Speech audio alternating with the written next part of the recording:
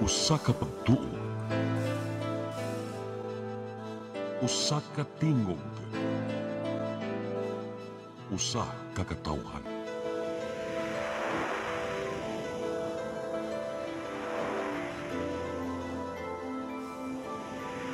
Cebu Catholic Television Network.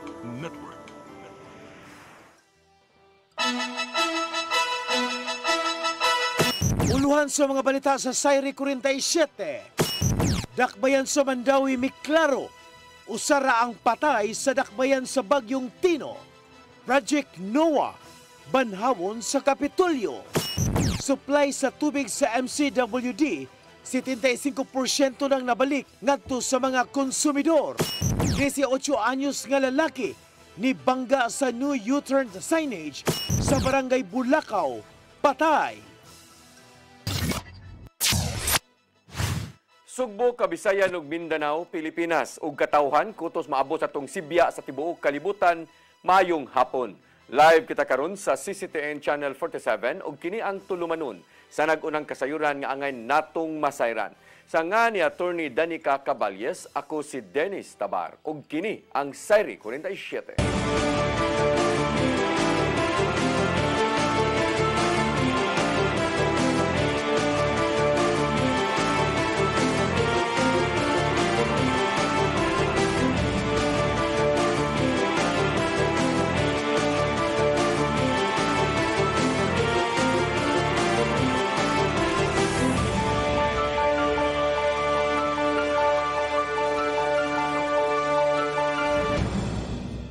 Og karon sa kumpletong detalye sa atong mga balita, usa lang ka sa 15 ka mga patayng lawas nga naugkat sa dakbayan sa Mandawi human sa bagyo ang konfirmado nga residente sa ilang dapit.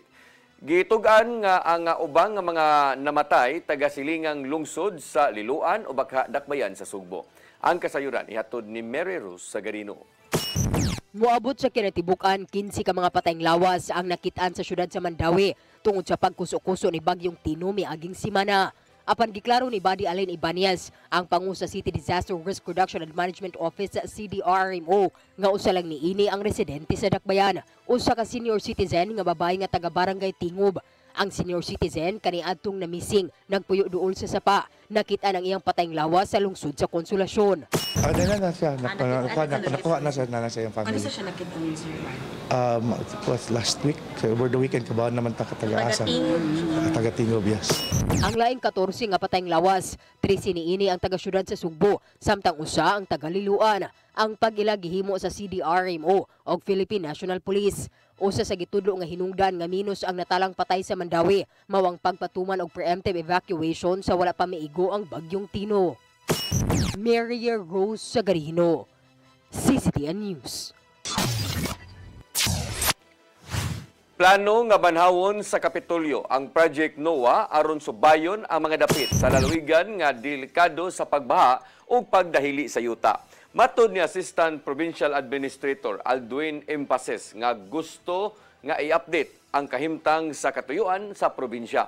Ilabi na ang gibantayan karon ang Cebu Protected Landscape nga giingong gigamit na sa managlahing pamaagi sa pipila ka bahin niini.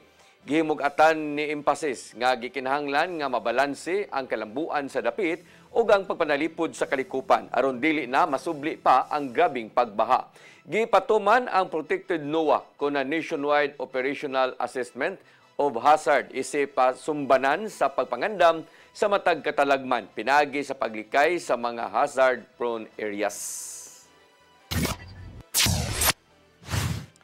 Mga opisyal sa Sugbo nagkayusa nga matarong ang mga sapa nga nagsumpay sa syudad sa Sugbo ug sa Mandawi.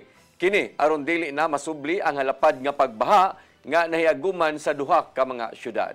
Ang kasayuran ihatod ni Gian Navarro.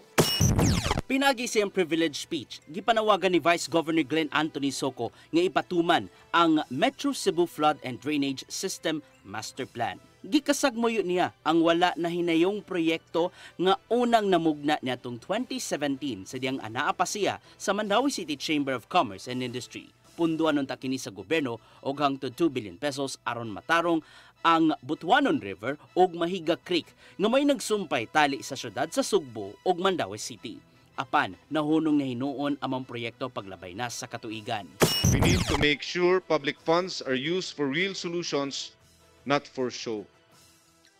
In the same meeting, the President echoed the same message that yes, we have this plan, we will revisit it. Nakabot kini ni Soko sa diyang gikonsidera sa mga opisyal sa DPWH ang pagtuman sa mong master plan atol sa pagbisita ni Presidente Bongbong Marcos Jr. sa miaging semana. Samtang gibutyag di Cebu City Mayor Nestor Archival nga padayon ng ilang pagpakigalayon sa Mandaue City Government bahin sa pagpatarong sa mga sapa ubos sa proyektong Beyond Borders. Nagsabot ang duha ka mga opisyal nga magbutang og warning devices alang sa pagmonitor kung nisaka na ba ang water level sa mga sapa. Muhimo usab sila og regular clean up drive sa mga sapa aron dili magtipon og ang mga basura sa ilawom. Ang gihimo sa Mandaue, naghimo na gikuha na to nila, nagbutang sila dako kayong embornal or kanal gikan sa Santo Niño padulong dito sa kwan, padulong sa kanang Mandaue para mogawas padulong dito sa sapa. Parang ipalanog nilang Soko ug Archival ang panawagan nga manubagyod ang mga opisyal nga nalambigit sa mga palpak nga flood control projects. Base sa ihap gikan sa managlayng LGU, anaa sa 152 ang natalang patay human sa pagigo sa Typhoon Tino Lukup Sugbo. Gipanawagan sa Vice Gobernador nga ihunong na ang hilabiyang pagpangurap sa mga questionableng proyekto. Samtang nakig-alayon si Archival sa DPWH aron masuta asa paingon ang mga gipanggasto sa syudad alang sa flood control. Cebuanos are tired of corruption. I'm tired of corruption. This isn't about politics anymore. It's about doing what's right. Nahibawan ako, there was information nga atong nakitaan, nga wala ko nakita sa website nga naay 150 million nga flood control bakayan pitos. So, nanggawas na, no? Muna, sakto ka, social justice, but then again, mag-focus kita sa areas nga kanang ilang giingon nga flood control, kay klaro man gyud kayo nga flood control projects. Ian Navarro, CCTN News. Gipadali ni Mayor Nestor Archival ang paghawan sa mga basura ilawom sa Talamban Bakayan Bridge. Kini aron susihon kung aduna bay mga kakulian sa istruktura sa mao nga taytayan. Human sa kusog nga pagbaha sa maging semana. Pinagi niini makahimo og dugang pa nga mga lakang ang city engineers aron dili na moresulta pa sa pagaguba sa maong taytayan. Ang maong taytayan nagsumpay sa duha ka mga barangay ug nag-unang agianan usab kini gikan sa bukirang bahin sa syudad. Nagtinabangay ang mga sakop sa City Disaster Team ingon man sa Philippine Army aron paghipos sa mga natanggong nga mga debris diha sa ilawom. Barko nga nasangad sa Caubian Island, dakbayan sa Lapu-Lapu tungod sa Super Typhoon Uwan nakuha na. Ni pasalig ang tag-iya sa mao nga barko nga mubayad sila sa nahimong kadaot sa seawall.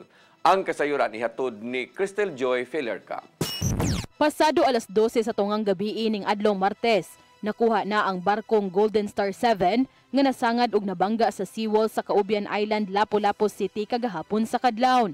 Mahinumduman nga ang maong barko napadpad sa mong isla gikan sa Pandanon Island sa Hitafe, Bohol tungod sa kadagko sa bawd ug kusog nga hangin dala sa Super Typhoon Uwan. Matod ni Mayor Cindy Chan nga adunay representante gikan sa mong kompanya ang nikontak kanila kagahapong adlaw nga kuhaon na ang maong nasangad nga barko. Suma pa sa mayor nga ila kining gitugutan tungod kay samtang magpabilin kini sa mong isla padayon usab kining makahatag og kadaot sa seawall og risgo sa mga residente. Ilang i-pull out ang barko, they had a tugboat ready na kay wa toy angkla. Ang iyong sila ang angkla ko no is na gikawat ug gikuan. Imagine og magsige lang yapog kaigo mag-cause og damage atong seawall niya. What if nanda sa ilaing bagyo, di ba? Ipahimusla na usab sa kompanya sa maong barko ang pagkuha ni ini samtang taas pa ang dagat. That was the window of time ko no kay moray dako og dagat ang karon na panahon. Otherwise, murag next month na pod ang katong dako na dagat kay remember ang kaubyan low tide gina siya. Di ta kasud dito og kanang low tide, gagmay barko, gagmay pambot ra ang makasud. Ang nabanggaan nga seawall gipunduhan sa lokal nga kagamhanan. Nibutyag si Mayor Chan nga adunay gipirmahan ang maong representante nga anda mobayad ang kompanya sa nahimong kadaot sa seawall. Apan sa pagkakutlo ning balita, padayon pang gisusi sa City Engineering Office ang sitwasyon sa seawall human masangad ang Golden Star 7. Gisusi na usab kini sa Coast Guard ug aduna na usab mga divers ang nisawom aron sa pagsuta sa nahimong kadaot ilawom sa dagat. Crystal Joy Felerca, CCTN News. Face-to-face nga klase sa syudad sa Mandawi mobalik na karong Huwebes. Apan 7 ka mga tunghaan ang posibleng mopatuman og blended learning tungod kay aduna pay mga namakwit. Ang kasayuran ihatod ni Mary Rose Sagarino. Nagpabilin pa sa mga tunghaan ang pipila ka mga residente. Ang mga eskwelahan ang gigamit isip evacuation centers atol sa pagbagyo. Hinuon pipila na ang nibalik sa ilang mga panimay. Tinguha sa Department of Education nga makabalik na sa face-to-face classes ang mga pampublikong tunghaan aron makapahigayon og exam sa Biyernes.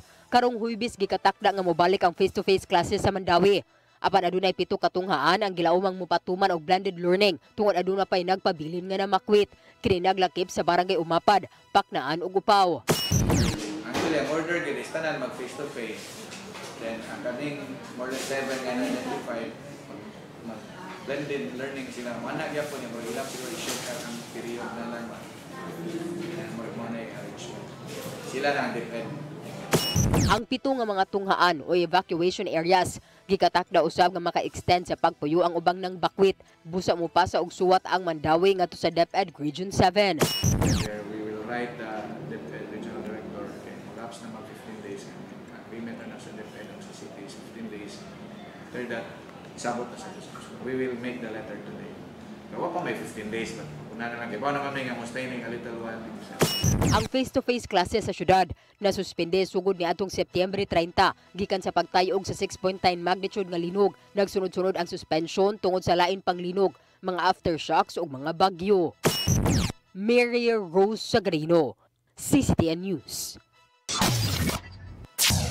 Gisangat sa Ombudsman ang reklamo batok nila ni 5th District Representative Duke Prasco og 7 ka mga mayor gumikan sa gihong pagbiyahe sa London samtang gibagyo ang Sugbo.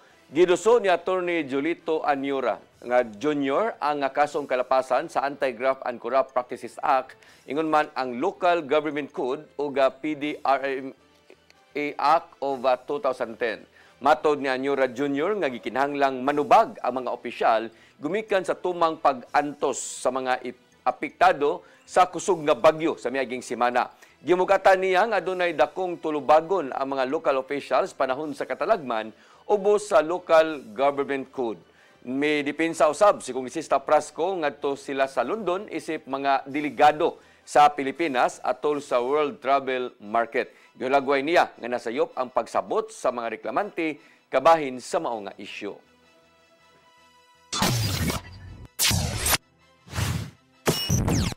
Mosunod, supply sa tubig sa MCWD, 75% nang nabalik ngadto sa mga konsumidor.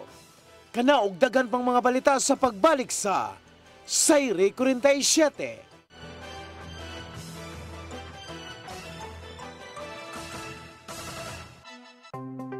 Discover the beauty of the Philippines.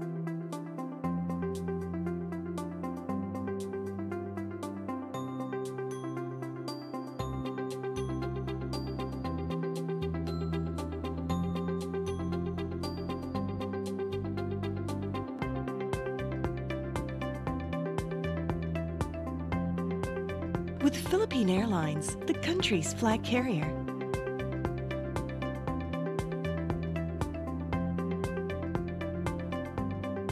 The airline that lets you feel the warmth of the nation.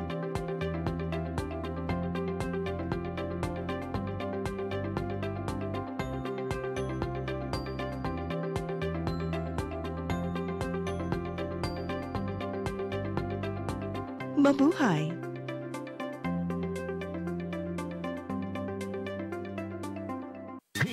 PRO7 Action Files. Mga panghitabong naglambikit sa katawan, gihatagan ng aksyon o kasulbaran sa kapulisan. PRO7 Action Files. Base sa talaan sa Police Regional Office 7, nakarating panayong gisubay at taganong katinawan, pinaagid ni Maong Tulumanon. PRO7 Action Files. Abang kaninyo sa Police Regional Office 7 o NTV CCTN.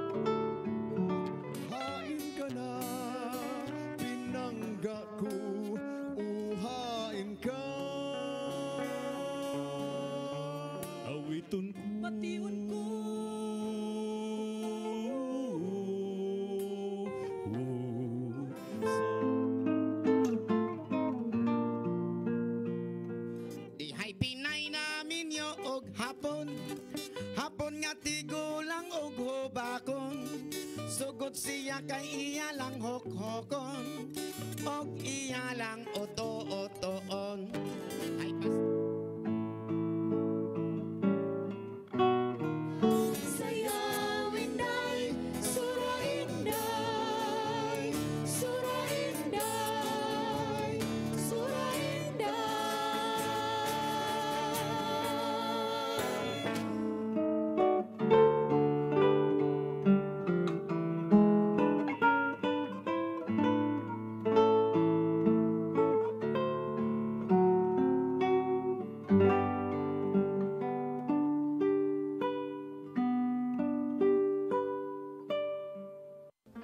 I am the God that healeth thee. I am the Lord, your healer. I sent my word and healed your disease. I am the Lord, your healer.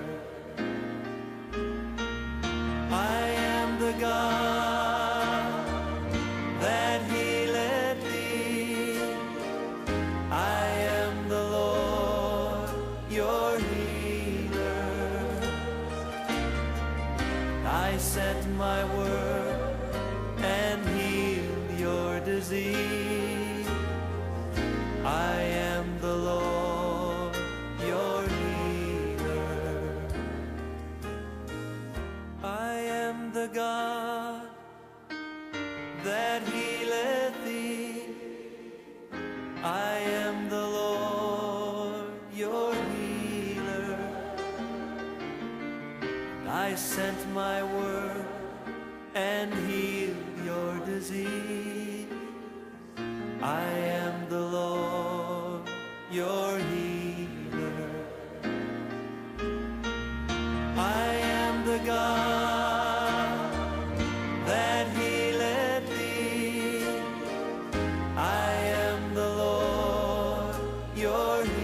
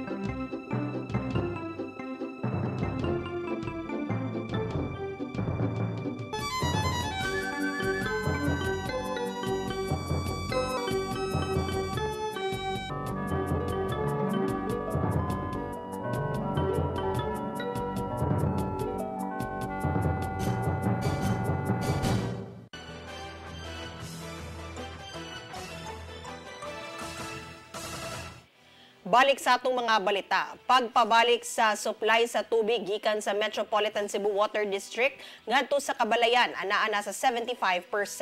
May pasalig ang MCWD nga dili abagahon sa mga konsumidor ang gipanggasto sa nagpadayong rehabilitasyon sa mga planta. Ang kasayuran hatod ni Gian Navarro. Dako-dako gyapon ang trabahoon sa Metropolitan Cebu Water District aron mabalik sa normal ang paghatag og supply sa tubig ngadto sa mga kabalayan. Karong adlaw anaa sa 75% ang restoration progress gikan sa mga dapit nga giigo sa bagyong Tino. Hilabi ang giguba sa mong kusog nga bagyo sa miaging semana ang Haklupan Facility sa habig sa Dakbayan sa Talisay gumikan lang sa grabing pagbaha. Maong paningkamutan nga madali og ayo ang mga tubo aron mabalik na sa normal ang paghatag og supply sa tubig. Wa usab makalingkawas sa bagyo ang Lusaran Facility sa Barangay Lusaran, syudad sa Sugbo ug gilawmang madugay-dugay pa ang pagpabalik nini ngadto sa normal. Tud kay igorang mag-agad among planta sa pagpabalik sa supply sa kuryente gikan sa Visayan Electric sa ilang dapit. Dako jud kay ni good ang mga surface water mo ni naka-comprise sa 25% nga wala pa namo ma-recover sir. Hopefully kung makabalik na ang among mga tubo sir, ma-repair na, makabalik yun ang Haklupan, dako-dako pod nga percent. Nagigalain sila sa mga local government units aron maabagan ang uban pang mga konsumidor nga nanginahanglan og tubig samtang wala pay aga sa ilang gripo. Pinagi kini sa paggatod og rasyon sa tubig ngadto sa ubang dapit. Ipadala na mo ang mga water truck sa barangay, transfer na sa lain nga barangay kay ang most mangyud nga nakahibalo kinsa gyud to ang na-affected is ang barangay gyud sir. Ipasalig usab ang MCWD nga di magbaguod ang mga konsumidor sa ilang bayronon taliwa sa nasinating krisis. Nigamit sila og contingency fund alang sa nagpadayong rehabilitasyon sa mga nangagubang tubo og ilang planta. Gipahunong una nila ang disconnection sa mga linya sa MCWD. Gumikan na usab sa kasamtangang kahimtang. They will only pay for the water that they consume. So dili na mo i-charge nila ang amo ang magasto sa among rehabilitation. And unfortunately, dili sad me makakuha og budget or funding from the local or national government. We are a self-sustaining kumpanya. Ian Navarro, CCTN News. Gihangyo ni Gobernador Pamela Baricuatro si Presidente Bongbong Marcos Jr. nga mohimo og investigasyon bahin sa grabing pagbaha sa Sugbo. Matod sa gipadalang suwat kang Marcos Jr., kinahanglang manubag ang mga naghimo sa maong katalagman ug makahimo usab sila og mas konkretong kasulbaran. Gipasanginlan sa gobernador ang mga palpak nga flood control projects ug halapad nga kwariing nga nakapasamot sa maong problema. Butusab ni Baricuatro nga ipatuman dayon ang mga hazard programs aron panalipdan pa ang kinabuhi sa mga tao batok sa bagyo ug linog. Anda moabag ang Kapitolyo sa himong investigasyon ug dugang pang mga lakang gikan sa nasudnong kagamhanan aron kini makabot. Gitunol ni Baricuatro ang maong suwat hangyo kang Marcos Jr. atol sa pagbisita niini sa Sugbo ni adtong Biyernes. Dakbayan sa Lapu-Lapu, balik na sa normal ang operasyon tungod kay anaa na ubos sa white alert status. Samtang namahayag si Mayor Cindy Chan nga nagpabiling luwas ang Dakbayan sa mga turista taliwala sa kalamidad nga niigo sa Sugbo. Ang kasayuran ni hatod ni Crystal Joy Felerca. Alas 5 sa hapon kagahapong adlaw, balik na sa normal ang operasyon sa Lapu-Lapu City tungod kay gibalik na sa white alert status ang Dakbayan o gi-deactivate na ang Emergency Operation Center. Ang white alert status mo ay pinakaubos nga level sa pagpangandam tungod kay wa nay nakitang hulga nga dala sa Super Typhoon Uwan. Mahinumduman nga human na poubos sa signal number 1 ang Lapu-Lapu City giisa sa red alert status ni adtong Sabado. Kagahapong adlaw, nag-post assessment sa Super Typhoon Uwan ang Lapu-Lapu City Disaster Risk Reduction and Management Council aron sa pag-review sa tanan mga pagpangandam nga ilang gibuhat.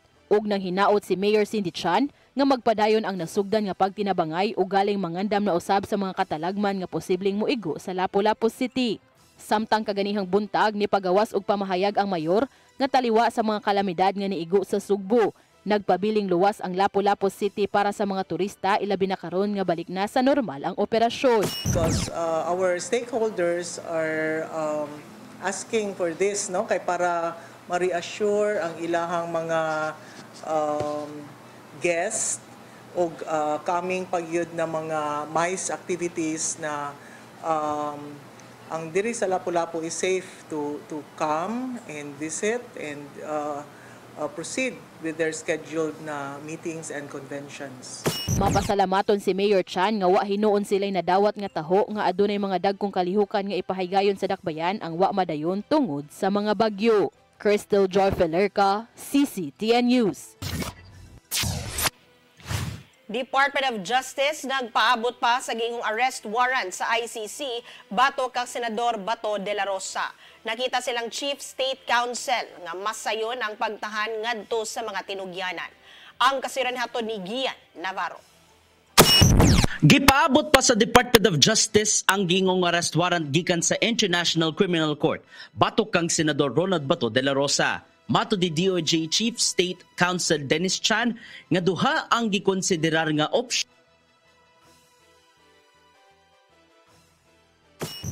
Gipaabot pa sa Department of Justice ang gingong arrest warrant gikan sa International Criminal Court batok kang Senador Ronald Bato de la Rosa. Mato di DOJ Chief State Counsel Dennis Chan nga duha ang gikonsiderar nga option sa kagamhanan sa nasod kung ugaling mo paggawas man og warrant ang ICC. Mahimong mo surrender si Senador Bato o di ba kaha ipaagi sa extradition. Apan nakita ni Chan nga mas sayo ang pagtahan sa senador ngadto sa mga tinugyanan sa balaod. That is more or less the same with what happened previously. So still pending. Possible siya. That's one of the options. But again, as PG mentioned, better to adopt a wait-and-see approach. For the meantime, the state is not closing its doors on any option available to it under RA 9851 and other laws as well. Gitumaw ang isyu sa gingong giluwatang arrest warrant gikan sa ICC sa diyang gibutyag kini ni Ombudsman Jesus Crispin Remulla nitong nakalabayng weekend. Dili pa makahatag og kumpirmasyon ang mismong ICC bahin sa gingong arrest warrant batok sa kaniadtong PNP chief. Mato di ICC spokesperson Fadidel Abdallah nga igulang ipadangat sa ICC ang maong impormasyon pinagay sa ilang mga official communication channels. Papanakita ni Attorney Cristina Conti, ang ICC Assistant to Counsel, nga mahimong luwatan sa maong buhatan ang arrest warrant kung dili man tagdon ni De La Rosa ang giluwatang mga summons. Si De La Rosa mao ang gipasangin lang co-perpetrator ni kanhi Presidente Rodrigo Duterte sa dugoong drug war campaign sa dihang siya pa ang hepe sa kapulisan sa nasod. Gian Navarro, CCTN News. Drug den nga nimutang sa barangay Inayawan, dakbayan sa Sugbo, girunda sa Philippine Drug Enforcement Agency kun PDEA 7.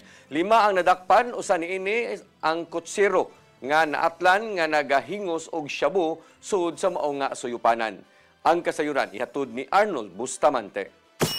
Drug den nga namutang sa sitio Makupa, barangay Inayawan sa Dakbayan sa Sugbo ang gibungkag sa mga operatiba sa Philippine Drug Enforcement Agency 7 uban sa kapulisan sa Sugbo. Alas 8:30 kani nagbuntag nga resulta sa pagkasikop sa nagpanagan niini ug laing upat ka naatlan nga naghingos og shabu. Nalagpan nila ang ilang target kamao nagpanagan sa drug den nga giilan ni PDEA 7 Director Joel Plaza nga si alias Eugene, 31 anyos, nga nagpuyo rasab sa mga napita. Lakip sa nadagpan ng upat ka tawo sa sulod sa drug den nga naatlan nga naghingos og shabu nga silang alias Jason, 38 anyos, liburer, taga San Miguel, lungsod sa Cordoba. Ariel, 31 anyos, liburer, alias Juan, 36 anyos, e-bike driver, ug alias Edgardo, 28 anyos, kutsero. Din silang tulo-pulos taga barangay San Roque sa syudad sa Talisay. Nagkuha gikan kanila ang 14 ka pakete sa gituang shabu nga motimbang sa 13 gramos nga dunay estimated average market value nga 88,000 pesos. Lagip sa nakuha ang mga drug paraphernalia ug bypass money nga naa karon sa kustodiya sa PDEA 7 laboratory alang sa imoon nga chemical analysis.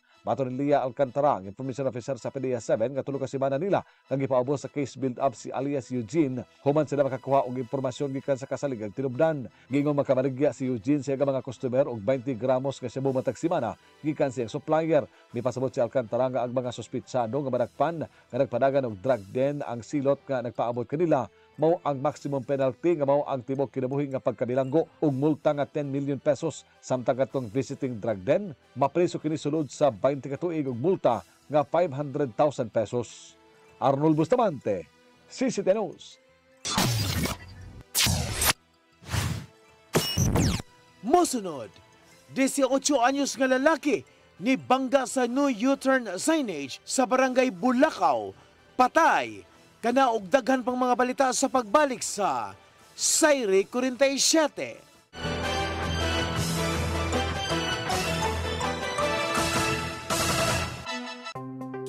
Discover the beauty of the Philippines.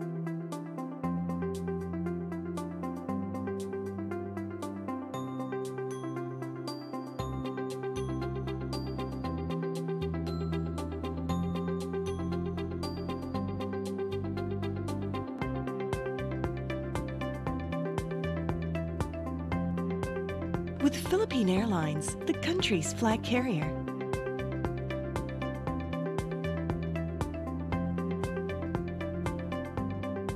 The airline that lets you feel the warmth of the nation.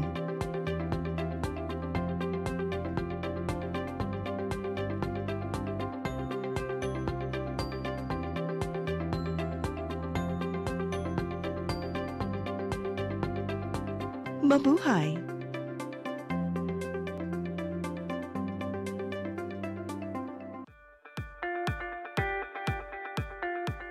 Congratulations! Nunito Tatay Dodong A. Lemchua, awarded as Cable TV Maverick, Father of Cable TV in the Philippines, given by Philippine Cable and Telecommunications Association Incorporated, PCTA, from Phil Products Group of Companies.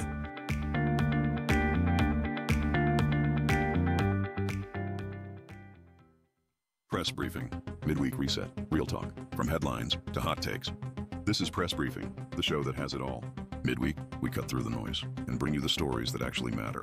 News, views, insider scoops, straight from the source, right from the horse's mouth. Politics, public issues, community concerns, and controversy. We break it down. No filter, no filler. Press Briefing. Sharp, fearless, always relevant. Brought to you by the Cebu Press Club. Beyond the headlines, we are Cebu's voice. We are the voice of truth and reason in every town, in every season, with pens of light. We draw the line for justice, peace, and story spine. Cebu Press Club, our banner flies beyond the noise, beneath the skies. Integrity, our step for people hand in hand beyond headlines. We proudly stand.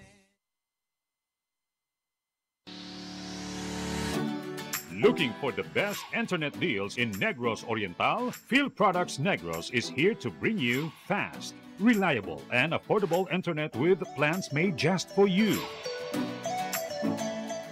For as low as 899 pesos per month, enjoy speeds of 50 Mbps, perfect for streaming, working, or studying from home. Need more speed? No problem. Get 100 Mbps for just 1,199 pesos. 150 Mbps for only 1,499 pesos, or our fastest plan, 400 Mbps for just 2,399 pesos per month. Plus, you can add over 100 cable TV channels to your internet plan for just an additional 100 pesos per month. That's entertainment and lightning fast internet all in one. Enjoy no installation fees and start today with a 1,000 peso customer deposit. Call us now or visit our website to sign up with the Phil Products Negros. You get internet that's affordable, reliable, and local. Phil Products Negros, bringing you closer, faster, Call us at 0917-631-5240 or visit our website www.philproductsnegros.net or our Facebook page, Phil Products Dumaguete. Subscribe now! Ang kinabuhi, puno sa hagit. Sumpil na ka, Dri, ha? Ay, paginarte! Magdita ka! Puno sa pangutana. Bata pa gani ka kayo? Nagpuyab-uyab na ka? Kinsa man ang mukhang masakitin na to din ay karoon ha? Kinsa! Kung sibuti mo'y pasabot na di. Puno sa luha. Pagpili pa, ako nga imong anak o kanay imong mga babae. Kasuko. Yung ano pa? Ano itang ka ni Papa? Apan bisan mangit-ngit pa ang imong kalibutan, aduna pa'y nagpahiping kahayag. Aduna ka pa'y kasumbungan. Mga laman, hanap na. Dear Tatay, Tunog na unlod na. Nganong handungan man. Waylaing pagi aron masabtan nato ang Biblia. Kinanglan nga doon natay relasyon kang Jesus. Hangtod sa layan natong panaguban, daghang salamat. Shalom. Tunog na unlod na.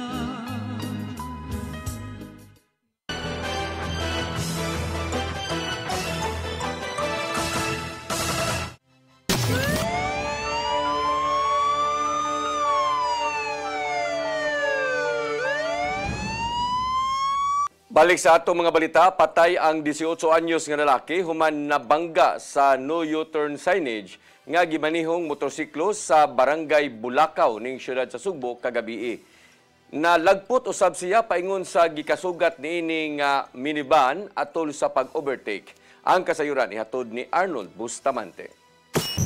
Patay ang usa ka 18 anyos human mabangga ang ihagag gimanihong nga motorsiklo alas 11:35 kagabi sa dalan Natalio Bacalso Avenue at bang sa City Hardware, Barangay Bulacau sa Defensa Sugbo. Ang biktima gilangan si Cory Quijano, 18 anyos, taga Quijano Compound, Barangay Calamba sa Ciudad Sugbo, nga nagmanihong siya nga PCX 160 nga motorsiklo. Sa investigasyon sa Traffic Enforcement Unit sa Cebu City Police Office, nga base sa kuha sa dashcam sa Suzuki van, makita ang biktima nga kusugan nga padagan siyang motorsiklo samtang nagsubay kini sa inner lane paingon sa dakbayan sa Talisay. Samtang ang Suzuki van nga dunay plate number MBH 1266 nga gimanihon ni Tinmark Estrada nga taga Barangay Kiyot sa Ciudad sa Sugbo, nausab sa inner lane nga paingon sa Ciudad sa Sugbo. Pag-abot sa atbang sa City Hardware sa Bulacau, mi-overtake ang biktima sa gisundan nini nga sakyanan sa walang bahin sa karsada bisan double solid yellow line ug kalit lang kini nga nabangga sa no U-turn slot nga signage. Gumikan sa kakusog sa dagan, nalagpot ang biktima uban siya nga motorsiklo ug napunta kini sa pikas lane sa karsada ug aksidente nga naigo sa Suzuki van. Daling ang gidala ang biktima sa Cebu City Medical Center kun CCMC apan gideklara kini nga dead on arrival ni Dr. Noli Gabia tungod sa dakong kadaot sa lawas ug ulo niini. Migawas sa investigasyon sa kapulisan nga sad-an ang 18 anyos tungod kay kusog kini nga nakapadagan sa iyang motorsiklo ug wala mutuman sa balaod trapiko. Arnold Bustamante, CCTV News.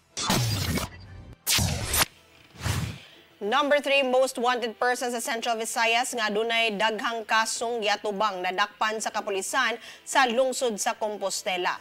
Hapit gud kini makigpinusilay sa mga pulis, mayo na lang kay daling napusasan.